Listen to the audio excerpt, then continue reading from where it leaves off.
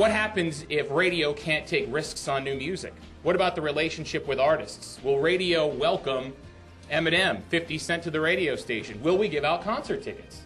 Radio does something like $2.4 billion of promotion for the record industry annually. We don't ask for money. It's what we do. We have a symbiotic relationship, and this is threatening that relationship. I have a lot of rural, small radio stations that are just barely making it. They provide an incredible link to the outside world and are a vital part of that community.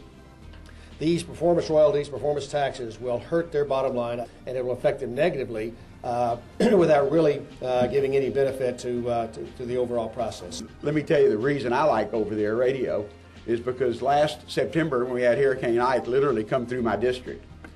We had power outages for over 2.5 weeks in our district. Our power was out. My wife bought a little crank radio. We had a bad battery one. And so we could listen to whatever the news was going on literally while Hurricane Ike and the eye was going over the eastern part of our district. And that's what's important.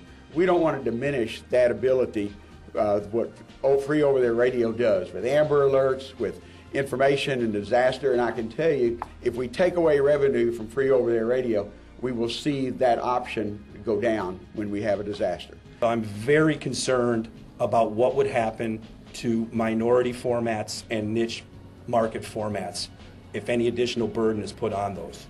3 out of the 4 record labels are based out of the U.S., so we're paying for some of this money to go out of the country. And for the sake of minority radio, for the sake of niche formats, for the sake of a music middle class, I do not feel that this performance tax, as is the right way to go. The big issue here is that radio is a friend to the record industry. Together, our relationship can help raise money. We're not an enemy, we're friends. Listeners should be worried. There's a chance there could be less radio stations across the country. Format choices being made for all the wrong reasons, because they can't afford or don't want to put music on. Listeners need to be concerned. So do jocks. So do new artists. Who is going to play their stuff? Radio is not part of the problem. We are part of the solution.